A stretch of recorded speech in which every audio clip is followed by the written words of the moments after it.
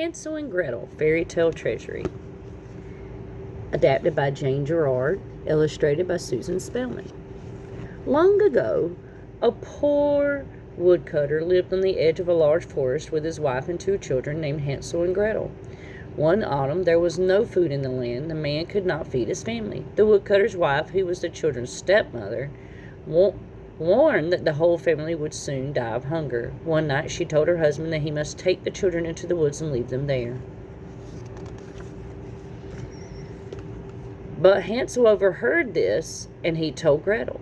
The children were both very frightened. Hansel made a plan. Later that night, when the moon was high, the boy sneaked out and gathered as many white pebbles as his pockets would hold. The next day, the children were with their father to gather wood. As they walked into the woods, Hansel secretly dropped pebbles to mark the path.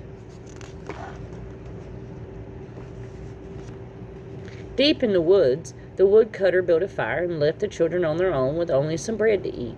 Hansel and Gretel slept for a while. Then, with the moon shining on the white pebbles, they followed the path home. Their stepmother pretended to be glad when she saw them, but she was secretly angry. The next day, the woman told her husband to lead Hansel and Gretel back into the woods again. This time, the woodcutter led them deeper into the forest. Hansel had no pebbles, so he crumbled his bread and left a trail of crumbs. Hansel and Gretel waited for the moon to rise. Then they searched for the trail, but the bread had been eaten by birds, so they could not find their way home. The next morning, Gretel saw a white bird that sang so sweetly they followed it down a path. They followed the bird to a most amazing house. The house was made of gingerbread with a roof of icing. The children each broke off a piece of the house and started to eat. No sooner had they filled their mouths than they heard a voice. "Nibble, nibble like a mouse. Who's that nibbling at my house?" the voice said. The door opened, and there stood an ugly old woman. The woman smiled and invited them inside. Seeing how hungry and tired they were, she gave them a wonderful dinner of apples and pancakes.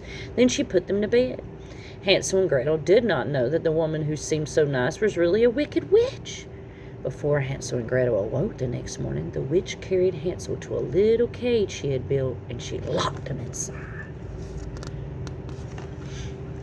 "Now," she cackled, "I'll fatten him up and eat him."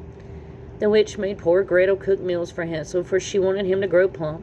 Hansel and Gretel begged to be set free, but the witch just laughed.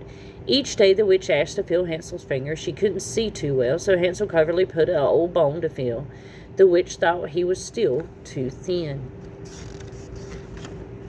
Weeks went by, and Hansel didn't seem to grow any fatter. The witch grew tired of waiting. One morning, the witch ordered Gretel to climb up into the oven to see if the fire was ready, but Gretel said, "How can I get into the oven?" The witch climbed up to show Gretel how to look at the fire. Quick as a wink, Gretel gave the witch a shove that sent her tumbling all the way into the oven. The children filled their pockets with the witch's treasure and set out for home. Before they had gone far, they came to the edge of a wide lake. Luckily, a swan agreed to carry them across the water. The 2 then found a path they knew.